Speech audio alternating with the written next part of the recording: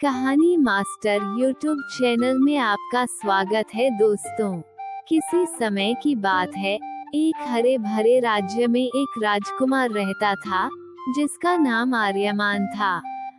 आर्यमान न केवल बहादुर था, बल्कि वह दयालु और बुद्धिमान भी था। उसी राज्य के पास एक गहरी, रहस्यमयी जंगल थी, जिसके बारे में कहा जाता था कि वहाँ एक श्रापित राजकुमारी रहती है। लोगों ने उसे चंद्रलेखा के नाम से पुकारा और यह कहा जाता था कि वह रात के समय एक सुंदर युवती बन जाती है, लेकिन दिन में एक पत्थर की मूर्ति में बदल जाती है। आर्यमान ने कई बार इस श्राप के बारे में सुना था, लेकिन उसने कभी इसे गंभीरता से नहीं लिया।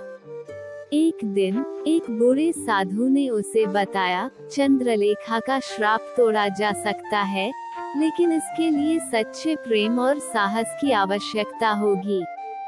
राजकुमार ने इसे चुनौती के रूप में लिया और उस रहस्यमय जंगल की ओर प्रस्थान किया। जंगल की पहली मुलाकात गहरी रात थी और चांद की रोशनी जंगल को हल्का उजाला दे रही थी।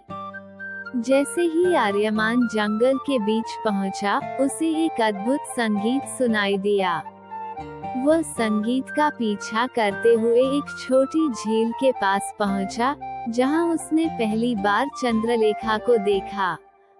वह अप्सरा जैसी सुंदर लग रही थी, लेकिन उसकी आंखों में गहरी उदासी थी।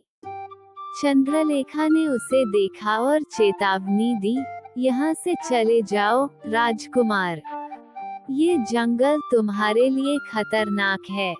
मेरे श्राप को कोई नहीं तोड़ सकता। लेकिन आर्यमान ने उत्तर दिया, मैं तुम्हारी मदद करने आया हूँ। मुझे बताओ कि यह श्राप कैसे टूटा सकता है। श्राप की कहानी। चंद्रलेखा ने उसे बताया कि उसे एक दुष्ट जादूगर ने श्रापित किया था। वह जादूगर उसे अपने लिए चाहता था, लेकिन जब उसने मना किया, तो उसने उसे दिन में पत्थर की मूर्ति बनने का श्राप दे दिया। ये श्राप तब टूटेगा जब कोई अपने स्वार्थ को छोड़कर मेरे लिए अपनी जान दांव पर लगाएगा, चंद्रलेखा ने कहा। साहस और प्रेम की परीक्षा। राजकुमार ने ठान लिया कि वह श्राप को तोड़कर रहेगा। अगले दिन जब चंद्रलेखा पत्थर में बदल गई, तो जादूगर प्रकट हुआ। उसने आर्यमान को धमकाया और कहा, तुम उसे कभी नहीं बचा पाओगे। आर्यमान ने जादूगर से लड़ाई की। लड़ाई में जादूगर ने उसे गहरे जख्म दिए, लेकिन राजकुमार ने हार नहीं मानी।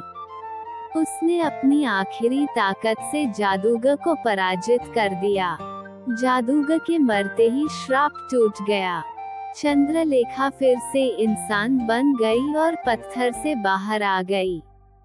उसने देखा कि राजकुमार घायल होकर जमीन पर पड़ा था।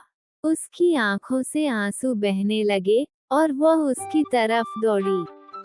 अंत में सुखद जीवन। राजकुमार की बहादुरी और चंद्रलेखा के सच्चे प्रेम ने एक नई कहानी लिख दी।